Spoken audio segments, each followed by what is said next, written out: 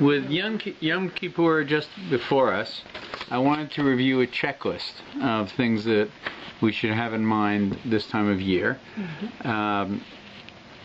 It's courtesy of the Chesed Fund of Baltimore. So let's just go through it from the beginning. During the days between Rosh Hashanah and Yom Kippur, you should review your family's personal minhagim for any unusual things that the family does in preparation for Yom Kippur. If possible, review Yom Kippur davening. You can review the Shulchan Aruch as it pertains to the halachas of Yom Kippur. Ask for forgiveness from family, friends, business associates. What does it mean, the first one? You review your family person. Minhagim? Yeah. The families have certain customs that revolve around Yom Kippur that are their own. They're, personal things that they do. For example, our crap was that's right. So, in my family, we always drank 9 swallows of water before the fast. It was, I don't know where it came from in the family, but they always did, right? 9 swallows of water. After you finished eating, 9 gulps of water, right? I can't exactly tell you where it came from. I don't know, right? But it's what people have different things. So you just want to make sure you don't miss any of those things. So it's just suggesting review them. If you have anything that is unique to the family that you do, There are some families will get new shoes for Yom Kippur, right? They want to have new shoes, right? But they're not leather shoes, right? So it's new slippers you're getting, or running shoes, right? As the case may be. So, okay. Ask for forgiveness from family, friends, business associates, especially if you are aware that you have wronged them. Remember the time differences for people overseas in different time zones, right? It's a little too late to ask them if they're already into Yom Kippur. Israel's 7 hours ahead of us. So I wanted just to review a little bit of that because this is always a question for people.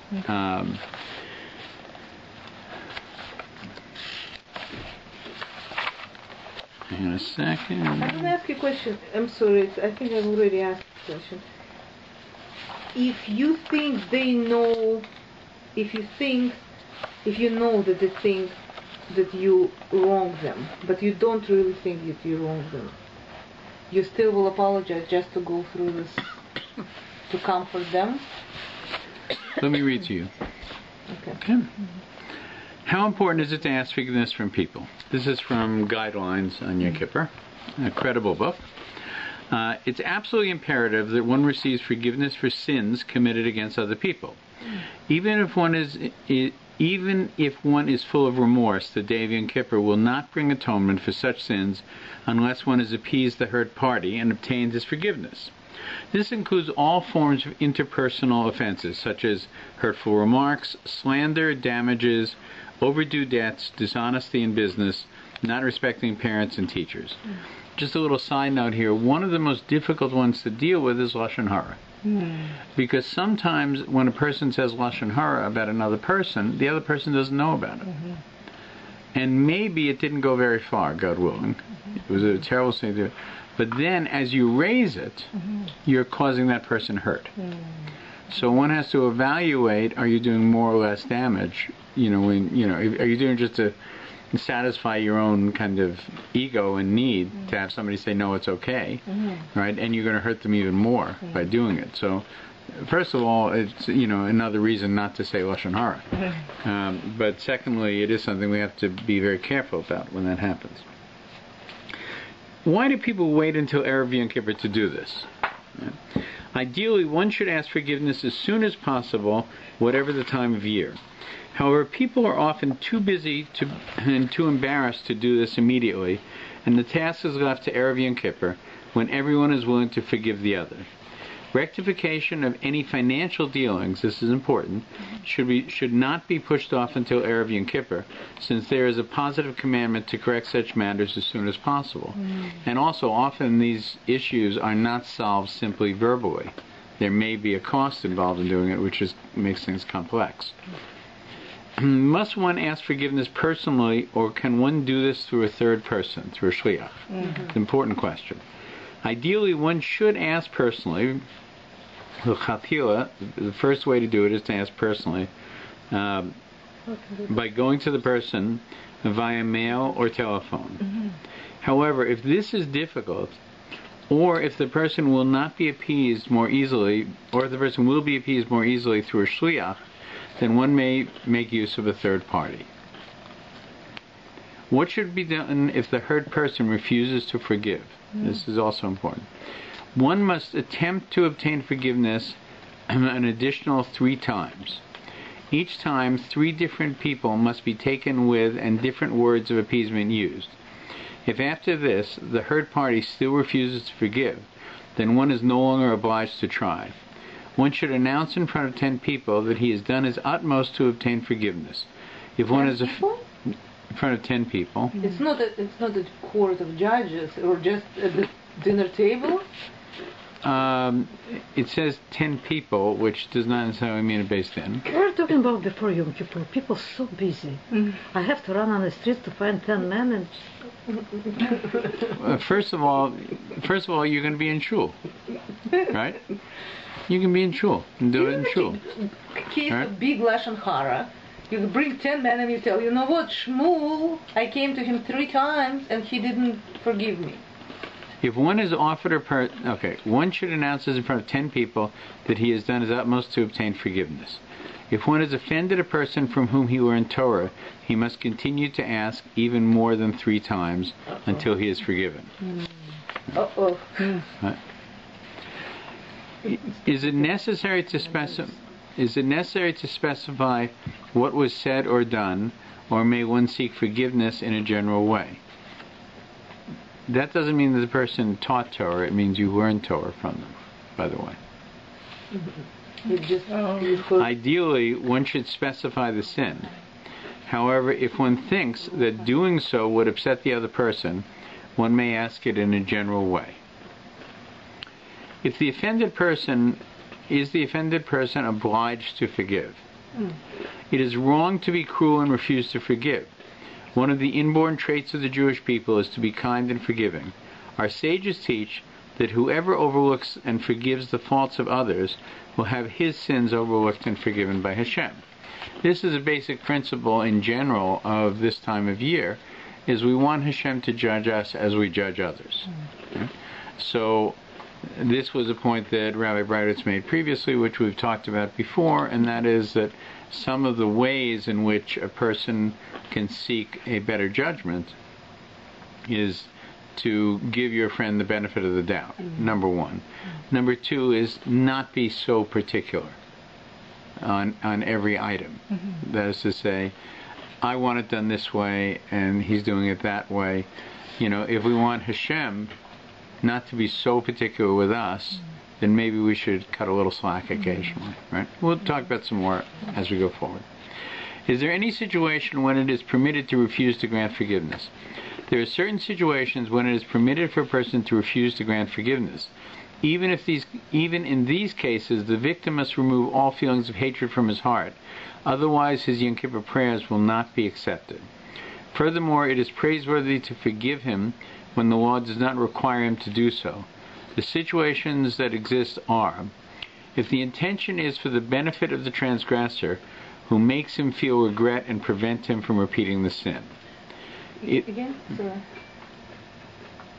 The situations that exist are: 1, if the person, let me read them all through, okay? If the intention is for the benefit of the transgressor, to make him feel regret and prevent him from repeating sin. If the victim is afraid that he will suffer further pain if he seems to forgive easily. Right? If the victim has been slandered in public and people will not know that there has been an apology. Right? Okay. What can be done if the offended person is deceased? One must go to the grave of the deceased with 10 people to seek forgiveness. He should say, I have sinned against the God of Israel and against this person, and specify the sin committed. The assembled people should then say 3 times, you are forgiven. If the cemetery is too far away to go in person, he should ask someone living nearby to take 10 people and seek forgiveness on his behalf. If this is extremely difficult to arrange, he may gather 10 people wherever he is and ask the deceased for forgiveness. Now remember, we're talking to God here, right, about an offense to the deceased, right? I disagree with it here where he says you're asking the deceased himself, right? We don't talk. Why not?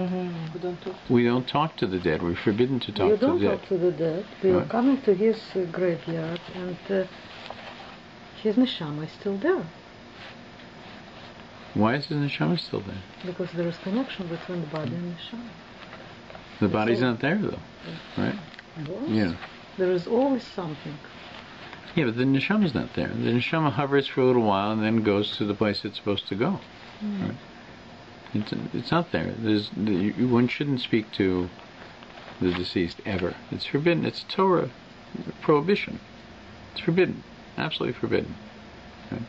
You can just speak to God about the merit of the deceased, but never speak to the deceased. It's a mistake. And deceased don't have merit. What? I mean, deceased doesn't have merit. Deceased always has merit. You have to look for it. You have to look for it someplace. Right? Or, by the way, you can speak to Hashem about forgiving that person, if that person needs that as well. If you have a greater merit than they do, then you're speaking to God about, helping that person through their situation. So we covered the issues of forgiveness. And basically, a person needs to make the greatest effort they can, a sincere effort. Sometimes find different ways. The suggestion here is to go with different people and to approach it and use different language. But different language is very valid. You can also try different forms of transmission. Telephone, in person, email, whatever, a handwritten letter. Right? You should make this attempt sincerely at least 3 times. Right? Can you explain to me, when you bring another person, it's because you... It's a witness. It's Aedus. It's a witness that I'm making the effort, right? And you know it, and the person that you've come to knows it as well. But in some ways that can make things worse, because it can become a performance, right? The important thing is you're genuinely seeking forgiveness, right? Even, by the way, if you don't feel that you're guilty in this situation, you're doing it in an effort to create peace among Klal Yisrael. That's really what it's about at that point. That's what you're doing. Sincerity will come if you don't feel that you are. Exactly. No, the sincerity. What you're not. You may not be sincere about forgive me for the sin, right? Because you don't feel you committed the sin, but your effort, right, is forgive me for disturbing peace in Klal Yisrael. That's really what you're saying. And I'm trying to restore oxygen. I'm trying to restore unity in Israel, right? And if I have become a lightning rod for disunity, even though I wasn't doing something evil, I was doing something bad, that was the impact. I regret that, and I don't want disunity to be part of Israel at this time. That's really what we're talking about.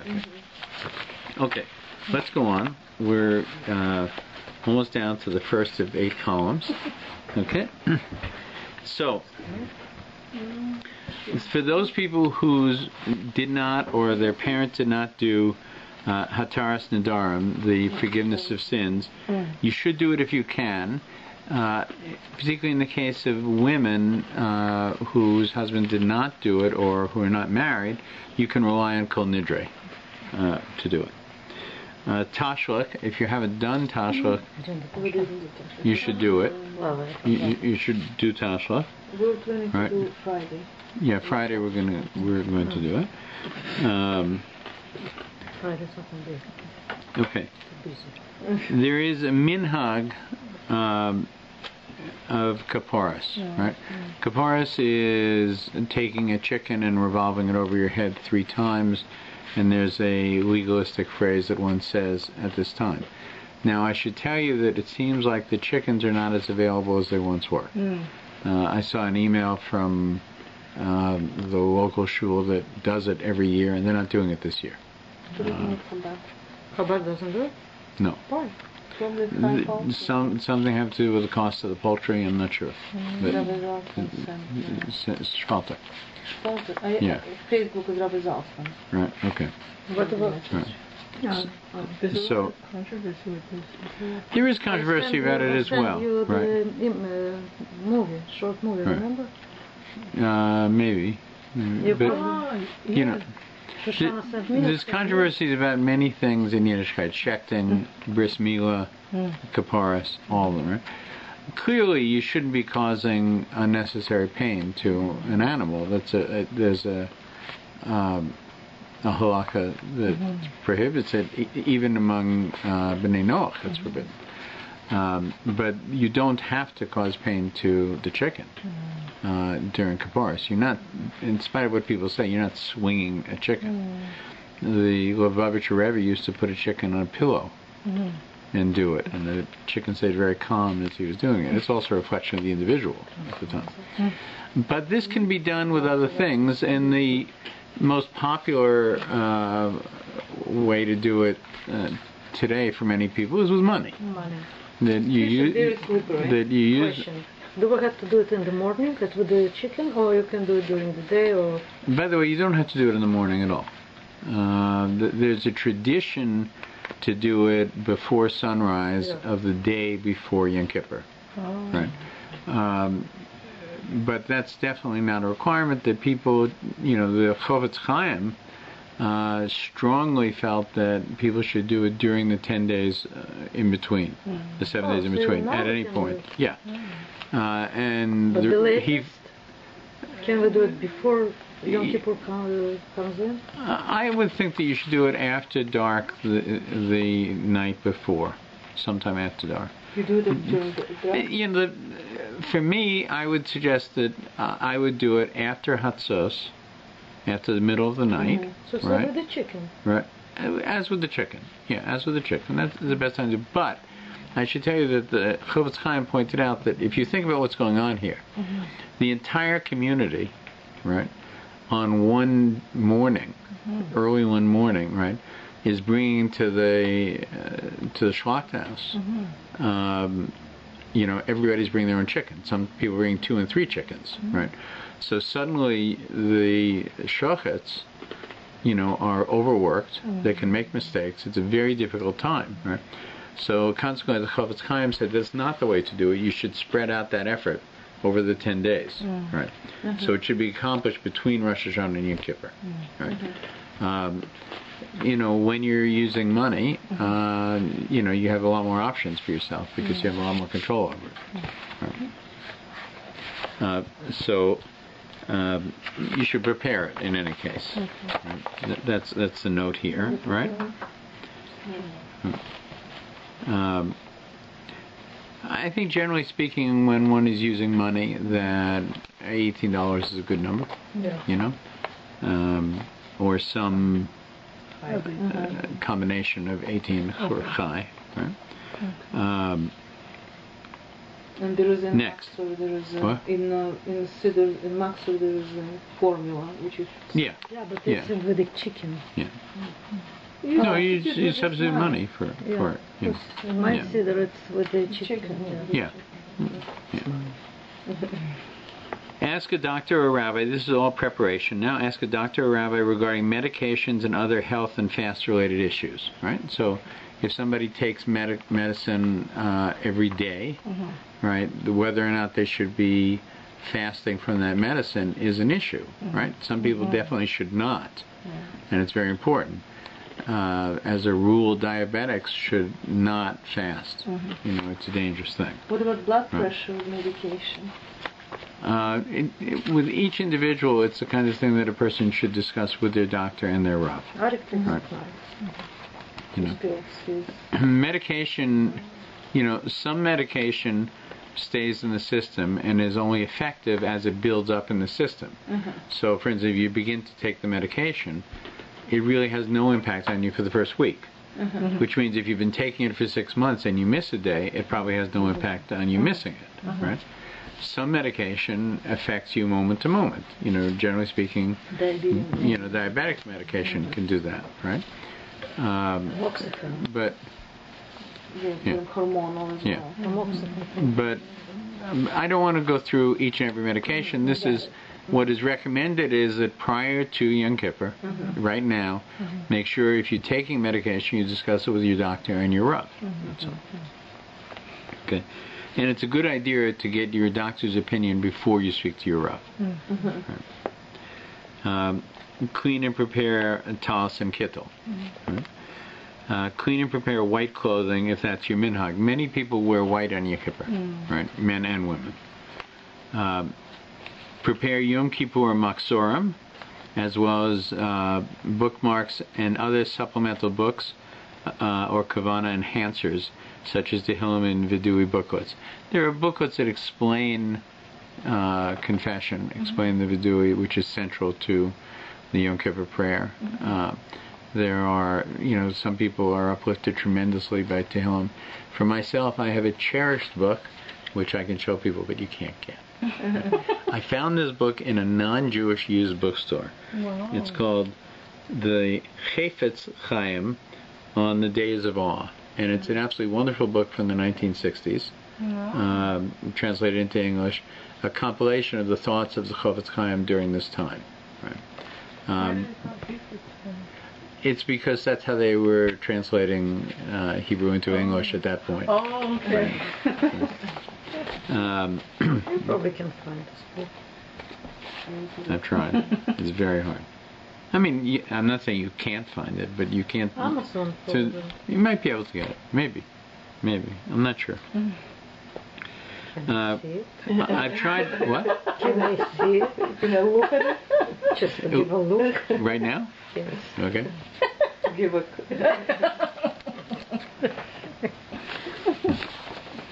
Okay. Let's continue.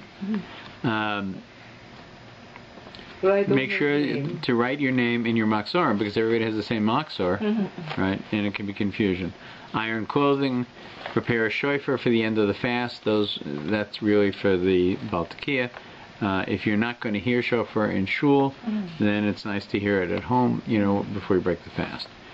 And it's, by the way, not a halacha. It's a minhag to do it. It's more like the time of Elul. Prepare a card with the names of your family and people for Mishaberach. If somebody comes to the Torah, they may want to say blessings for their family. They should have a card. This is a good thing to have generally for men, when they're there. Everybody can have it as part of their kavanah as well. It's good reminders. It's awful when, you leave out the one uncle who you shouldn't have left out. Right? You feel bad about it for a long time. Buy seats and confirm their location, including for women and children. Right? There's a story told about a shul in which a person didn't have a ticket, and he was only a delivery guy. And he said, I have a delivery that I have to give to the doctor in the shul. It's very important. And the person said, you don't have a ticket, you can't get into the shul. And he said, I have to deliver it. It's critical. Finally, the guy said, okay, you can go into the shul, but you don't have a ticket, so you can't pray when you're in there. So hopefully we don't know of such shuls, right? Pay off donation pledges and or debts. That's not a requirement, but if your intent was to do it, you should do it at that time. If you regularly have caffeine, slowly decrease the caffeine intake several days before Yom Kippur to avoid headaches. Right? Ask your doctor. I don't agree with this.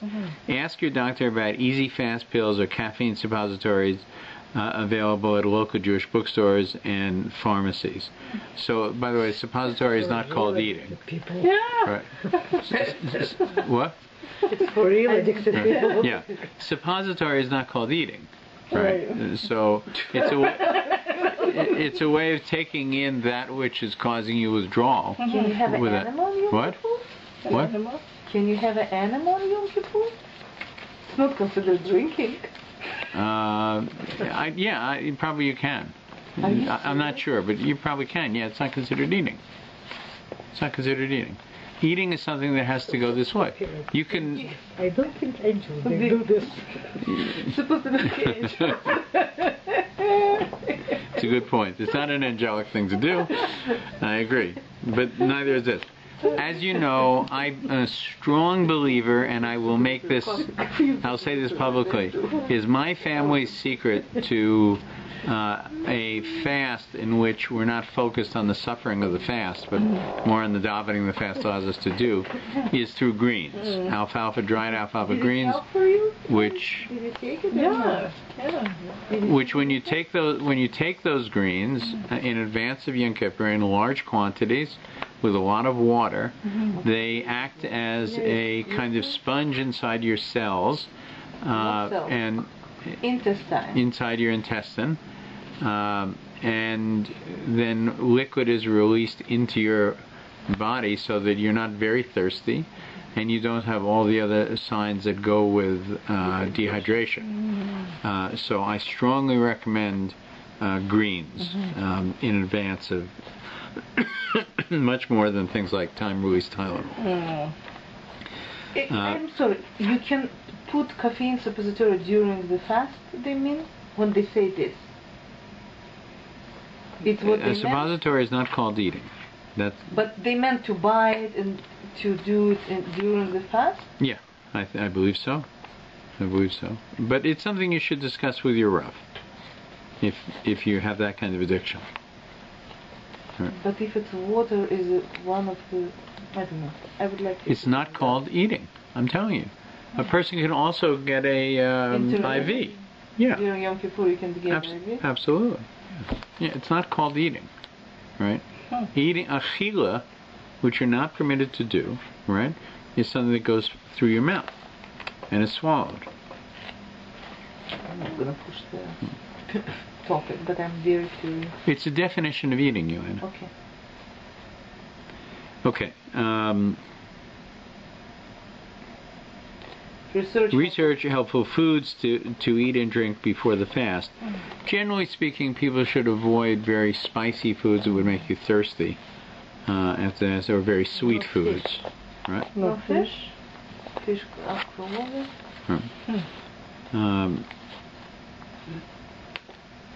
So anyway, it just says research it, so that's for the individual to do.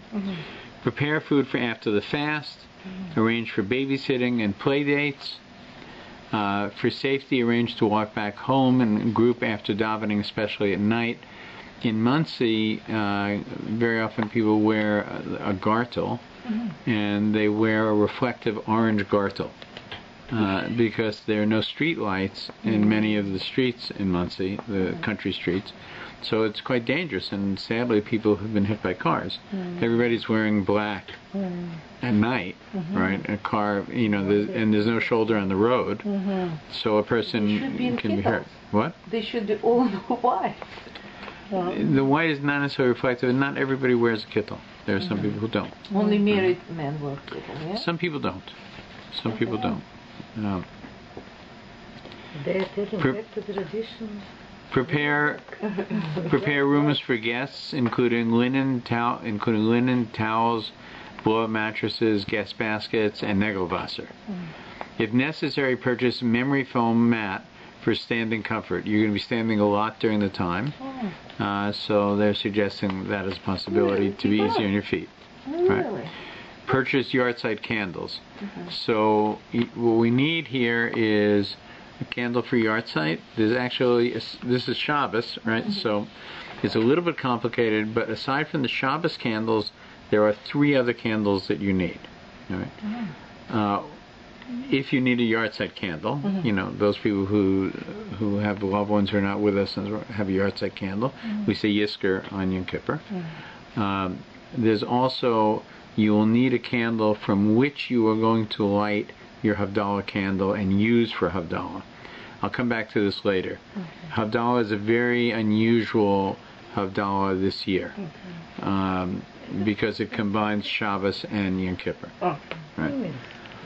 By the way, the restrictions of a Hag, right, which Yom Kippur is, are added to. This is important to listen to and hear, right? The restrictions of a Hag, which Yom Kippur is, have an addition of all the restrictions of Shabbos as well, right? So, you know, we don't turn fires up and down. We don't use hot water. We don't cook. on Yom Kippur, right? We don't do any of those things. We don't carry on Yom Kippur unless there's an Erev, right? All those things you would do on any other Hag, but not on Yom Kippur. Right? But what the candles? Why you have to have a Havdalah candle? You can't strike the match to do Havdalah? I'll come back to it later. Okay? The important thing, we're talking about preparation beforehand now. So, generally you need, aside from your Shabbos candles, if you need a yahrzeit candle, that's one. Two, you need a candle that is not used for any other purpose except later on to light a Havdalah candle. And third is, some people have what's called a Lebedik candle, a candle for the living. Right, to represent the living, because it's a time where judgments are being made. So that would be the three candles that you have, and you should make sure you know which one is designated for which, because they may all be the same brand of candle. What does it matter? What? What does it matter? It doesn't matter. Well, I think the kavana is important in one case, and in one case the halacha is important. The candle that is used for yahrzeit can't be used for lighting the Havdalah candle.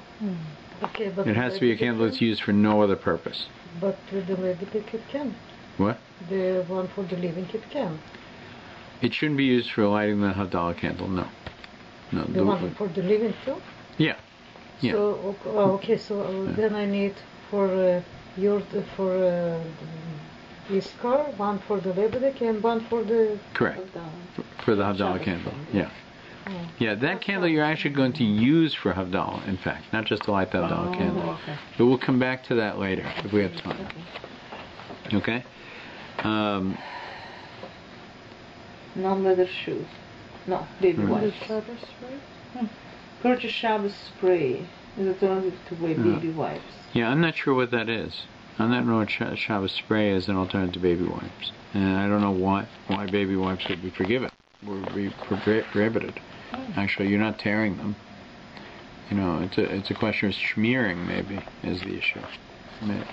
If baby wipes have lotion? It depends on how, if they have lotion, it could be a problem. You cannot wash babies on Yom Kippur. What? On Yom Kippur you cannot... No, it's not for babies. It's some people use for themselves baby wipes. The restrictions for babies on Yom Kippur are the same as they are on Shabbos. So for baby you can do anything. Huh? A baby is called the chole, and you can care for it. And you can warm food. You can warm food. There's ways to do it. Yeah, with there's the ways water. Yeah. There's ways to do it. Non-leather shoes. Prepare non-leather shoes for adults and children. Now, there's some people who hold that the shoes should be clearly not leather. But by now, in my opinion, people understand that, the running shoes that look like leather are actually not leather. There are some people who said you shouldn't wear Crocs because they're too comfortable. The issue of why we don't wear leather shoes is a whole other conversation, but it's not simply an issue of comfort. There's Kabbalistic reasons for it as well, in terms of contact with the ground and what the significance of the animal is, etc. Prepare smelling salts and cloves if applicable. If you're somebody who is prone to fainting and this would help you or help people around you, you can prepare smelling salts. Erev Yom Kippur. You didn't say schedule. Check whether there is a difference. Oh, yeah. Print out your shul's Yom Tov Yom Kippur schedule. Check whether there is a different time for Chakras on Erev Yom Kippur as well as early Mincha. Right? How we can check? Well, here's one schedule, right? You can check with your shul, right? We have another one that's, this one reflects the shul that we go to, this one here.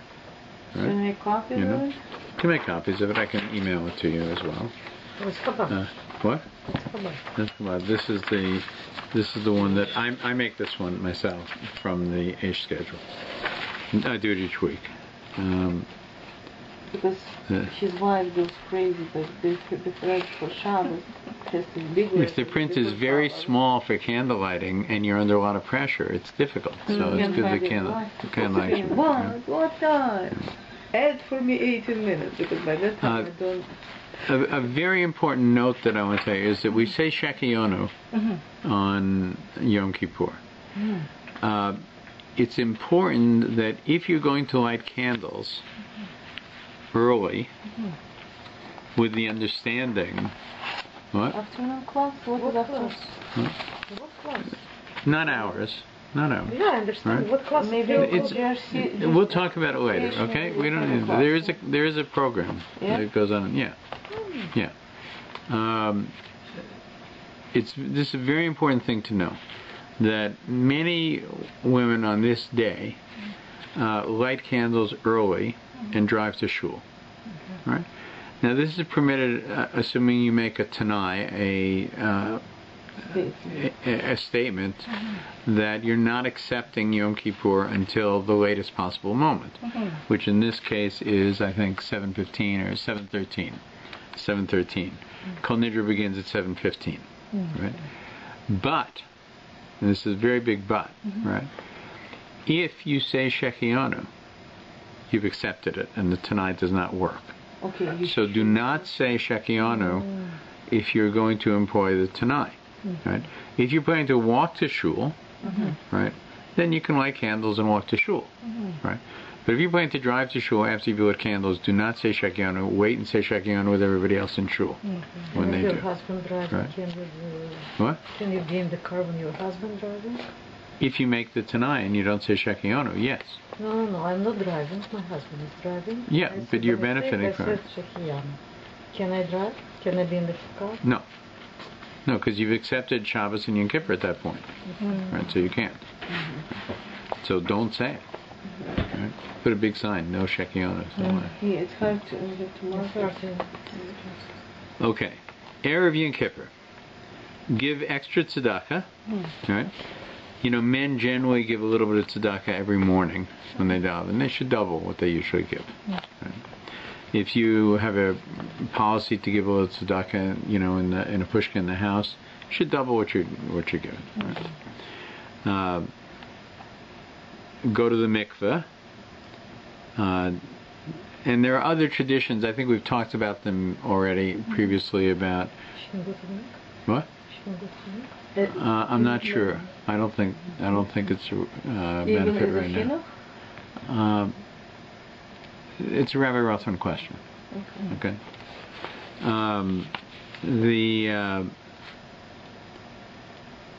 So there are a number of things we're doing to, if there's a judgment that came down on Rosh Hashanah that we're dealing with.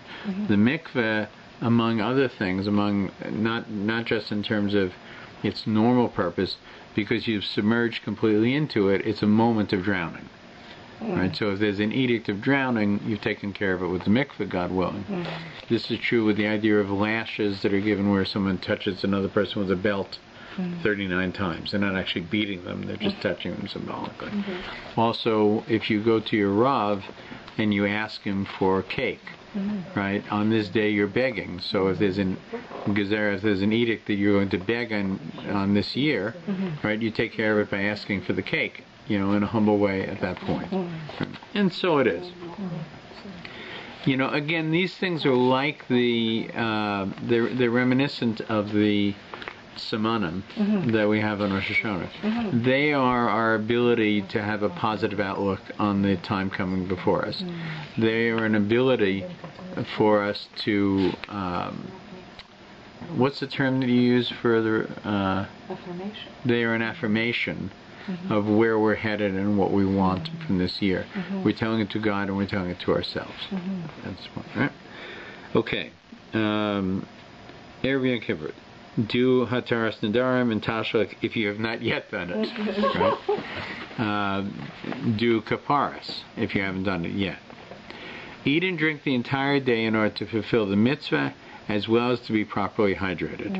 Right? It's often said that it is harder to eat the 2 meals before Yom Kippur to satiation than it is to fast.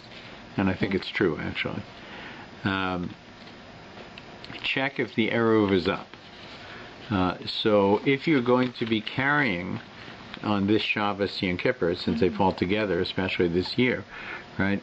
You want to be confident that you're carrying within an Eruv, right? So I've sent everybody the email address for the Eruv. You can subscribe to it, and you'll probably get a notice every Shabbos, every Friday, that tells you that the Eruv is up or it's not up. You'll probably also get a request for funds to help pay for the Eruv. That'll come with that as well if you subscribe. The Eruv is a piece of construction. So is the highway 407 or 401 up? It always is up.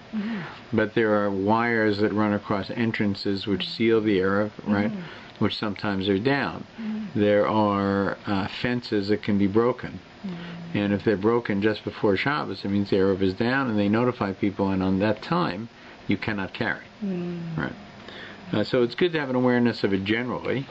One of our problems in our world is that you're not supposed to carry on Shabbos outside of your home.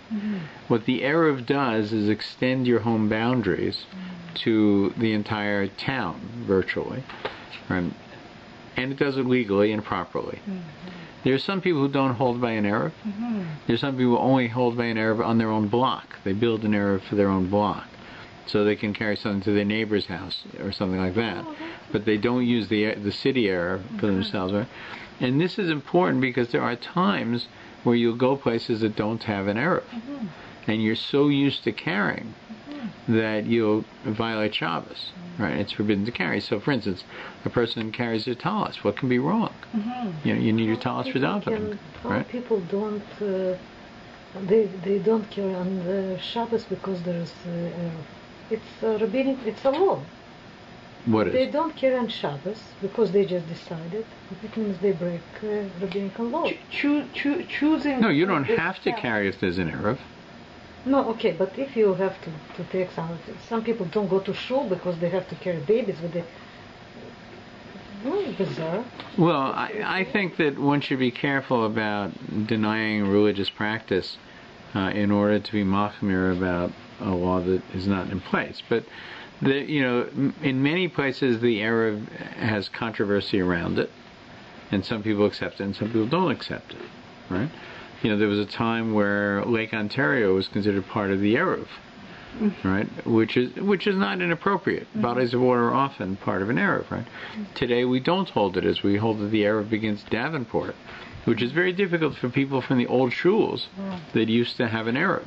They don't have it anymore, right? So an Eruv can be quite controversial. Moshe Feinstein felt that it was not a good idea to construct Eruvim, that you should not do it, but where they already existed, he supported them. But when new people came to him with an idea for an Eruv for, a new city that was being built, he would suggest that they don't do it. Right? Because essentially on Shabbos you're not supposed to carry. That's why. Right? And the Eruv is a way to manage the situation. I understand. He wanted to go back kind of to the original thing, but original thing, people live in gated cities. Exactly. Which make original, what is Jerusalem? Jerusalem, by the way, not everybody lives in gated cities, and most people didn't have Eruvim, 200 years ago. Some walled cities did. Some walls they did, and there's a question of the gates and the walls. It's not the study of an Eruv is not a simple process. If you ever try to build an Eruv when you go camping, you'll see how difficult it is, let alone around a city. It's not such a simple thing, and for it to be reliable and good, is not so simple. Used to be in New York, there was an Eruv, and there was an Eruv department in Con Edison. Con Edison is a hydro company in New York City, and they were responsible for the Eruv because they ran wires that went all the way around the city. Right? And not only that, because there were electrical wires, if there's a problem, they knew when they were down. Right? And they had 2 or 3 guys, I don't think they were Jewish, right? Whose job was to make sure that the Eruv was up, in New York. And they would inform the Jewish community if it was not. It doesn't exist now in Manhattan. by the way. But it doesn't have It's a big question, but generally speaking, one shouldn't carry on Shabbos. And it'd be better Kleenex not in to. your pocket considered. I don't want to get into all the details of the laws of carrying on Shabbos. It's not the moment to do it. It's what? What about Kleenex? It's a separate chair. And I don't want to get into the details about what you can carry and what's called carrying, what's not called carrying. We have a lot to accomplish still, right? Okay. Confirm babysitters, check the weather forecast, right? These are practical things, but they're very important to do, right? Make sure that your car is parked in a space where you will not get ticketed or towed. This is the one day a year in which everybody seems to drive to shul in advance of the Hag, because they can. Very often people don't do it on Shabbos, but for some reason they do it on Yom Kippur. It may be hard to find a parking space, right?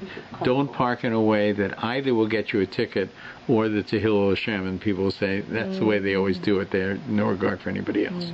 So don't do that. Call family and friends and wish them good Yom Tov. They may fit into the area of people you need to ask apologies of. Verbal, and as you can see, the next one is verbally forgive individuals who may have hurt you, right?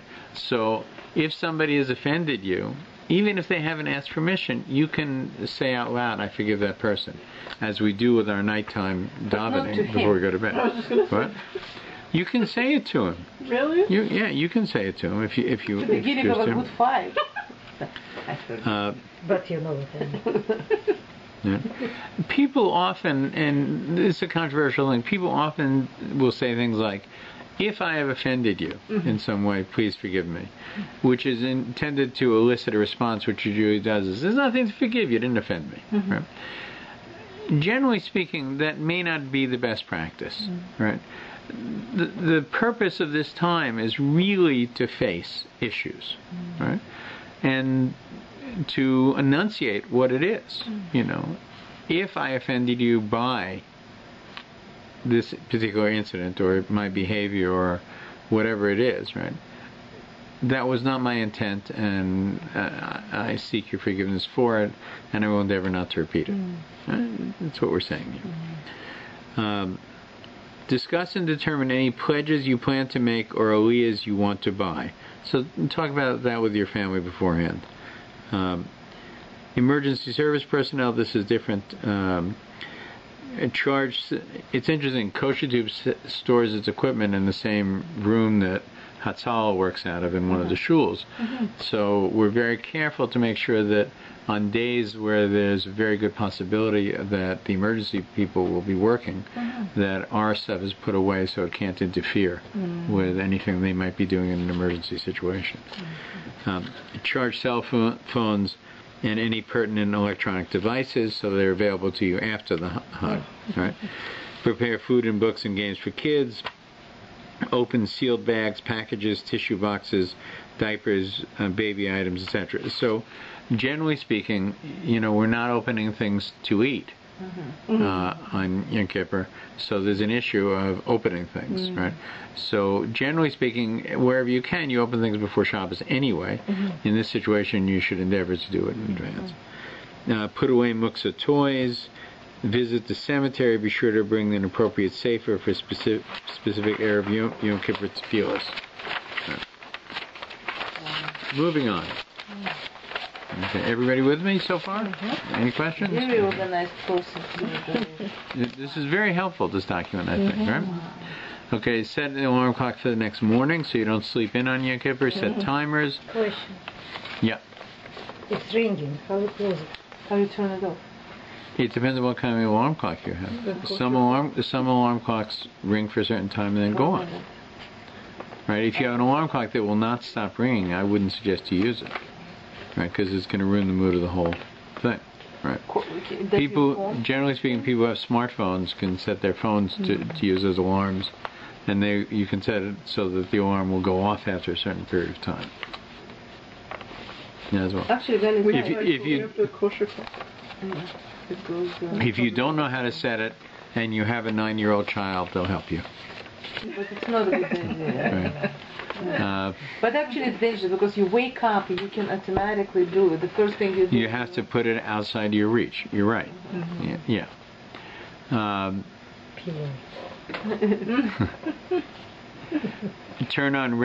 Set timers, meaning for lights, right? If you use them. Turn on regular lights, night lights, outdoor lights, whatever lights you have. Generally speaking, by the way, you should be cautious if you have lights that are triggered by movement. They can always be a problem on Shabbos, right? So be aware of that.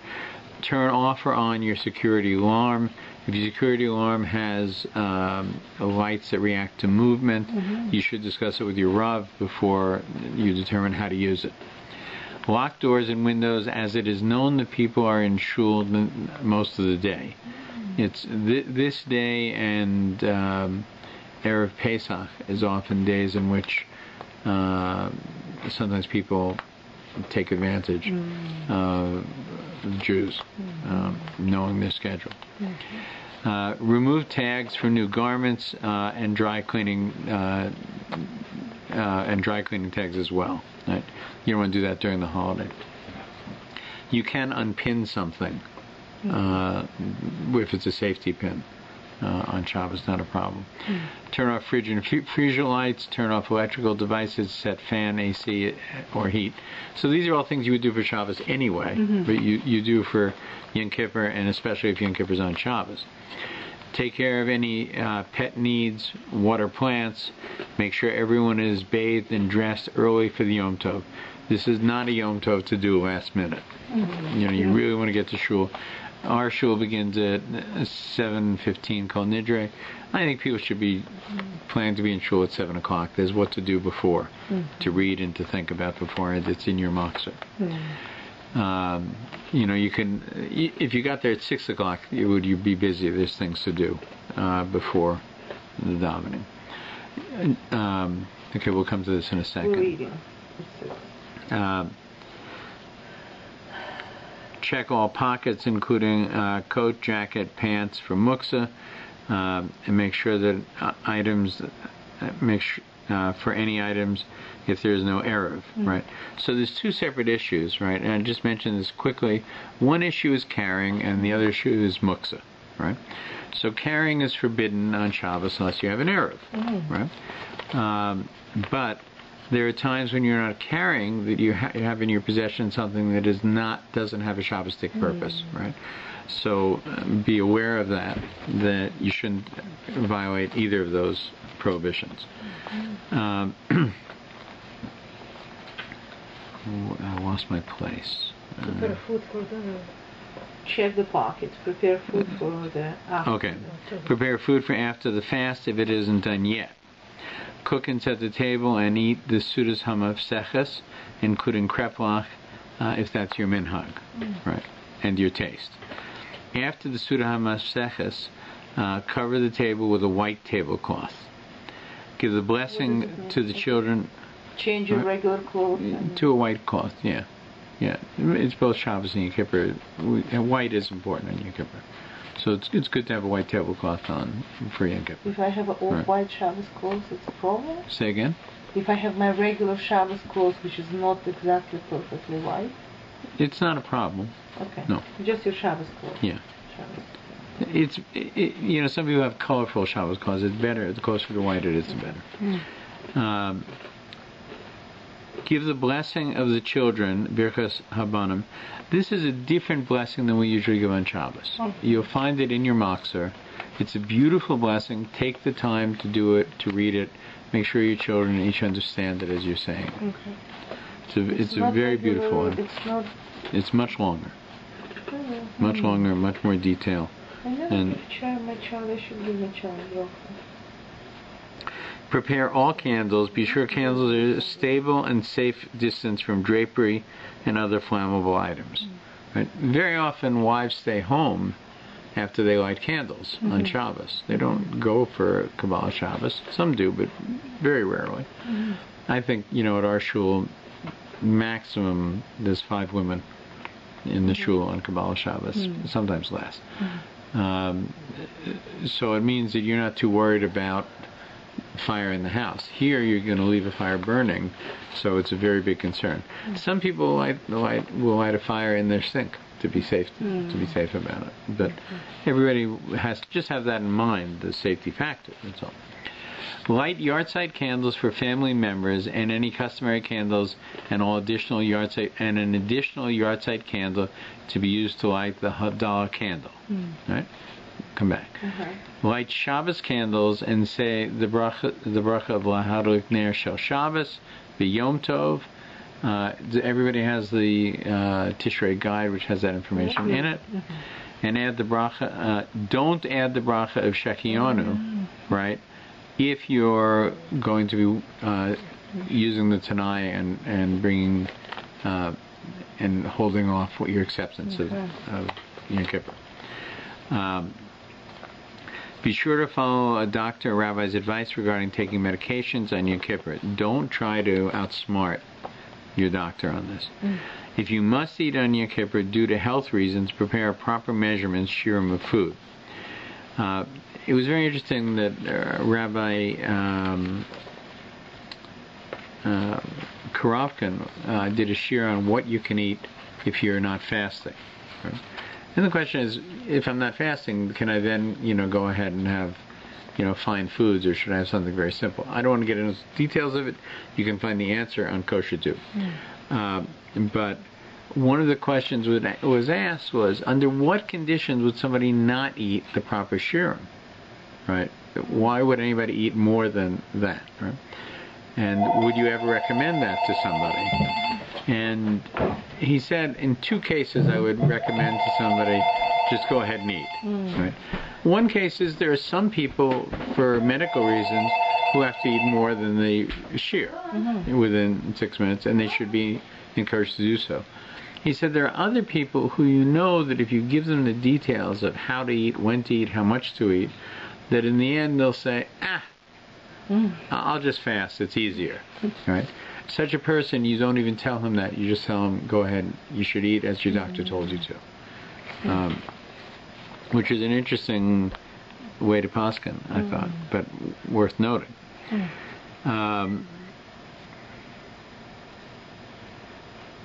For all news and updates, visit the local shul and community sites and check relevant last-minute emails in case something has changed. Right?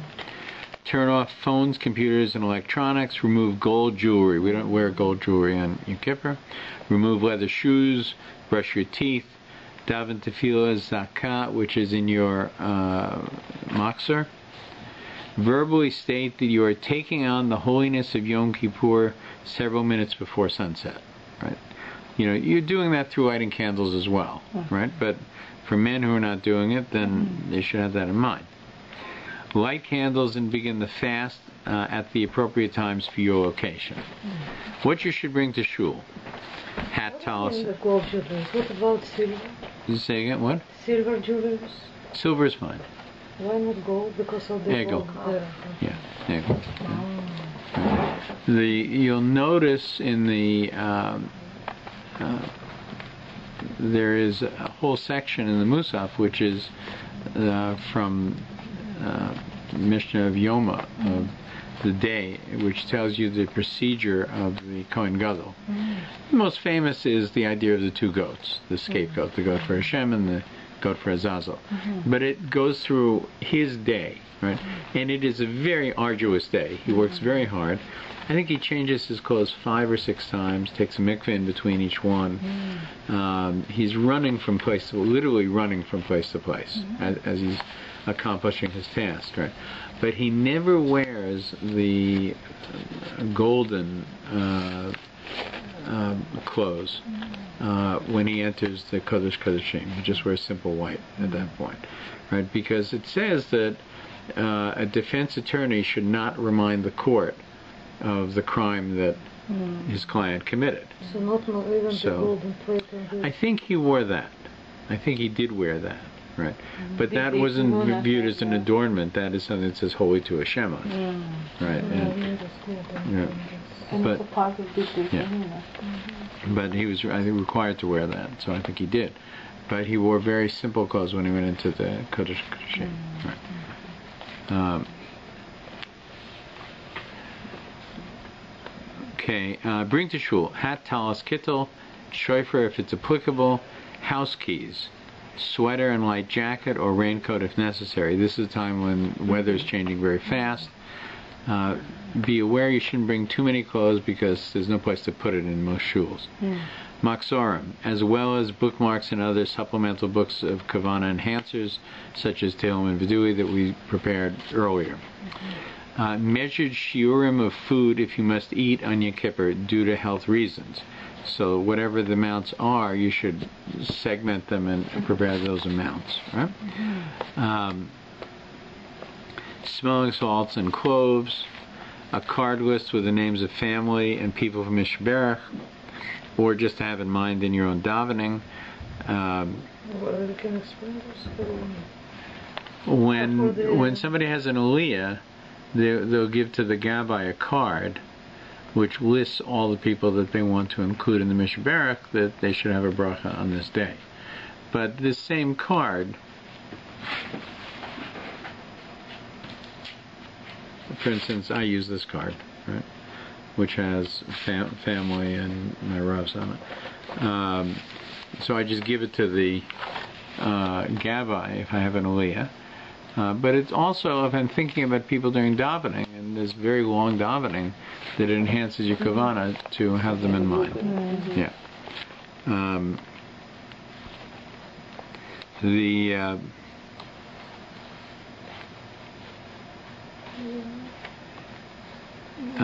Food, books, and games for children as appropriate. They are serving sandwiches for children at our shul. Yeah. Shuls take great pride in the amount of sandwiches that they make. I've seen that. We served, 3,000 sandwiches on Yom Kippur, right? I think 82,000. If you're davening with a shtender and there's a place to put it, bring your shtender. Shtender is a platform on which you put a book to daven. It's a podium. It's like a podium. There are different kinds. There are different kinds. A shtender, it can be when you see a rabbi speaking, right, and he puts his book down on a small stand. That's called a shtender, right? It's a podium, a small podium, right? But there are also desktop versions of it, right? For a person when they're sitting down to use, right? It puts the book like this. Or there are extended desktop ones that you can put on top of a table. For instance, if you were davening in the library in our shul, you could put your stender on top of one of the tables there, right? And then you could stand and use it. Many people want to stand most of Yom Kippur. And it's much easier to stand if you have something to lean on a little bit, as opposed to just trying to balance yourself the whole time. It's much more stressful. People don't realize it, to not have a place to balance yourself. Food, books, shtender. Cloth for bowing during Olenu. There's a bowing process. And it's best, if you're concerned that the floor is dirty, particularly if it rained that day, to have a towel or something to put down. People use paper towels at our shul. You can bring your own. You can even bring a kneeling pad if you have knees that would be in pain. A memory foam mat to stand on if you're going to be standing a lot. People bring a suitcase to shul. Any health-related items, an EpiPen, inhaler, glucose meter, nitroglycerin, Benadryl, oxygen, etc., for those dependent on them. Tissues, reading glasses, reflector belt to wear from shul. If you drive to shul, place your keys in a designated safe area in the shul. Most people who come on Shabbos have a place where they put their keys. On Yom Kippur, there's not much to do. Daven well, fast well, do tshuva. Right? Check on family, friends, elderly, or homebound neighbors. That's all you're required to do on Shabbos, right? On Yom Kippur, right? Motzi Yom Kippur. Kiddush Levana. So generally speaking, we hold off the blessing of the moon until Yom Kippur, and the reason we do it is that during the days between Rosh Hashanah and Yom Kippur, when towards the latter part we could say it, we're not really in a state of mind as joyous as we are at the end of Yom Kippur. So it's better to do the Kiddush Levana when you're in a very joyous mood, which is at the conclusion of davening. This year, recite the regular Motzi Shabbos Havdalah. Use the extra candle lit before Yom Kippur to light the Havdalah candle. And when you're saying Moreh Ha'esh, you should actually look at both candles. Okay. Right? You should look at both candles. It's a complicated issue. There's a shir, I won't go into all the details of it now. There's a whole shir from Rabbi Lichtenstein on the nature of Shabbos and Yom Kippur, and specifically about this Havdalah portion. Simply put, Havdalah represents two things, right? One is that it's the day on which fire was created, right? That the world went dark, right, for Adam, and he thought that's the end of the world at this point. It was his first night. And God created fire for him after Shabbos, and so that's one of the reasons, right? He didn't create fire for him on Yom Kippur, right? So the reasons to have a Havdalah with Eish on Yom Kippur, with fire, are different, a little different than on Shabbos. The other reason is throughout Shabbos, right, we don't handle fire and we don't have hana from fire, from making fire. We don't have pleasure from making fire, right? So we have the advantage of doing it after, right? In this case, we need to have a fire that's been used all through Shabbos for that purpose, right? We can't rely on Adam Rishon's reason, right? So consequently, we have a fire that had no other purpose but to light the Havdalah candle. Most people hold you should use that candle for Havdalah, right? If you could ever find a Havdalah, a yahrzeit candle with 2 wicks, it would be perfect. But since we can't, usually what people do is have the Havdalah candle and this candle together, and you're looking at both of them when you make Havdalah. But your Havdalah candle is different Havdalah candle anyhow. Your regular Havdalah candle, it's a different candle. Yeah. You just started from your... But really, you're only doing it because you don't have 2 wicks in the candle that you used all through the holiday. That's the candle you should be using. You shouldn't be transferring the flame. If you have to transfer the flame, so be it. You transfer the flame, right? But really, you're making Havdalah on the candle that burned all through Shabbos. To create, just put into... We'll get into the discussion later. Yeah, I thought about it already. We'll get into discussion later. Okay? So explain to us, please. Say again? Tell Can you what you explain meant. it to us? Not just to Can we make a hole? Secret? What? About the Can you make another hole with a needle? Yes, And put the... in principle you could do it.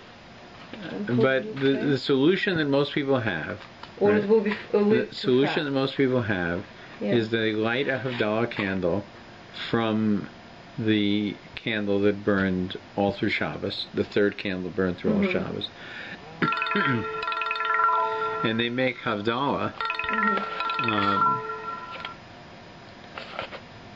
and they make Havdalah. Excuse me. Can I call you back? Yeah, sure. Thank you.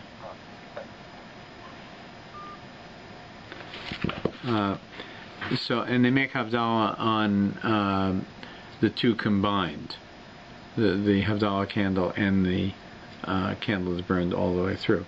But the best would be to make it on the candle that burns all the way through if it had 2 wicks.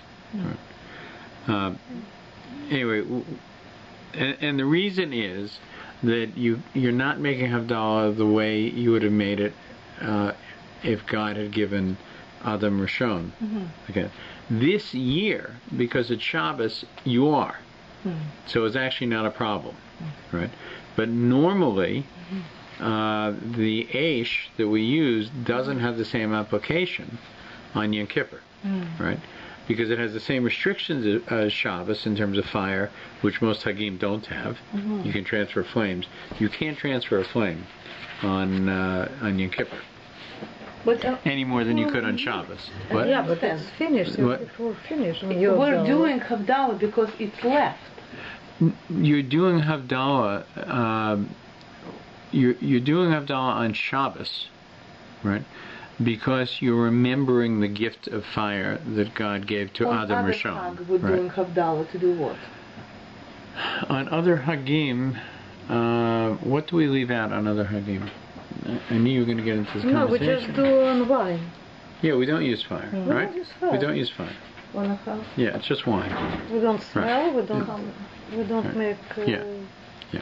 Just So, but this one we do, right? And we can't use the same reasoning. This year we can. It's not a problem because it's Shabbos also, right? But generally speaking, we can't, and so we use the candle that from which was burning all through Shabbos that we couldn't affect during Shabbos. We can use it. But usually on Yom Kippur, if it's not with it's not on Shabbos, we don't do on fire. Yes, you do. Oh, you do. Regular Yom Kippur? For sure you do. Regular Kippur, we don't Yeah. fire. Yeah. Yeah, Yom Kippur is the exception. Yom Kippur you use fire. Havdalah with fire. And Samir? What? And Samir? Yep. Oh, so it's Yeah. like regular Shabbos. Yeah. Oh, Shabbos. Yeah. Yeah. That's true. Yeah. Okay, let me continue and then we'll see, okay? So, okay, this year, right, use the extra candle lit before Yom Kippur to light the Havdalah candle. So this year, it's comfortable to use the Havdalah candle that you're lighting from there, right? End the fast at the appropriate time for your location. Eat moderately, having a Molava Malka in mind. This is not simply breaking the fast, it's a Molava Malka of Shabbos. So it's important, if you can, to do something after Yom Kippur connected with the sukkah. Even if it is putting one pole in the ground to start your sukkah or one piece of schach on top to finish your sukkah, it's good to do something with the sukkah to connect the two events. What? To talk about building sukkah. You can learn about building sukkah. Yeah. If you just talk Yeah. about this. You can learn about it. But it's always good to do something. You know, we talk a lot. It's good to do something if you can. Right? Something. Okay. Put away talis, mixorim, and any other Yom Kippur items. You can take out your sukkah's machzor if you have one. Check your shul schedule to see if Shacharis is earlier than usual the next day. And that's it. Now, so you note that the shortest paragraph is actually Yom Kippur itself. Right?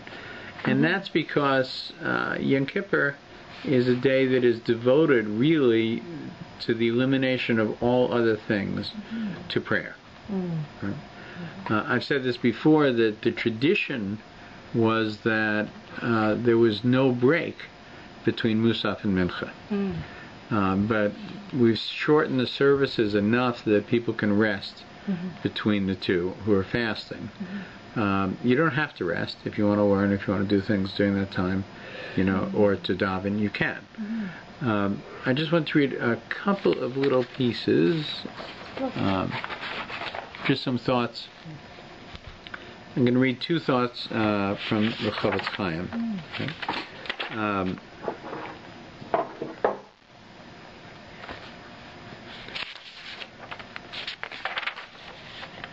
One of them is about how we should approach this time of year, right? This is called Bread Will Come of Itself. On Rosh Hashanah and Yom Kippur we say, and so grant honor, O Lord, to your people, etc. And further, you shall reign alone, O Lord. Talking about these prayers, once the Chavetz Chaim related how the Tsar Nikolai of Russia was removed from the throne in the Communist Revolution and imprisoned with his family in the city of Tobolsk in western Siberia. After a while, the Tsar sent a petition to the new authorities for an increase in the royal family's food ration. Whoever heard of the petition laughed. How times have changed, they said.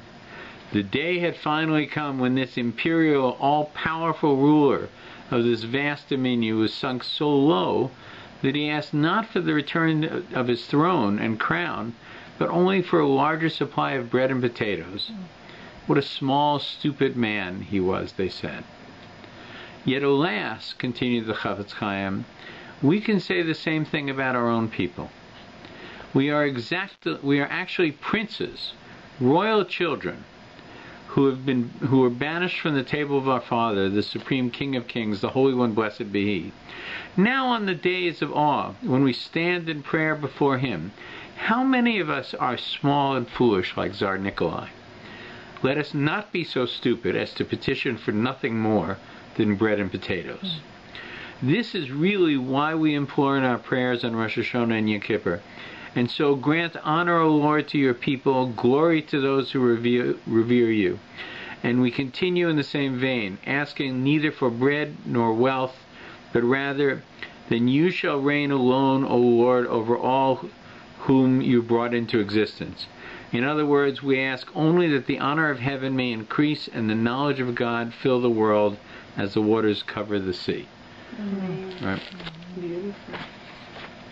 Let me read one more. You remember we talked about different ways to get a good verdict at this time of year. Right? So it says here, if someone says, I possess nothing but Torah, this is also from the Chafetz Chaim. If someone says, I possess nothing but Torah, he possesses not even Torah. They rather meant to say that the main element in making amends is by means of Torah study, for a person who has the ability to understand its words. However, he also needs to become active in loving kindness and show compassion towards human beings. In reward for this, he will find atonement in his misdeeds. As the scripture writes, through kindness and truth wrongdoing is expiated. That's from Proverbs. He will receive heaven's compassion and will lengthen his life, as our sages phrased it.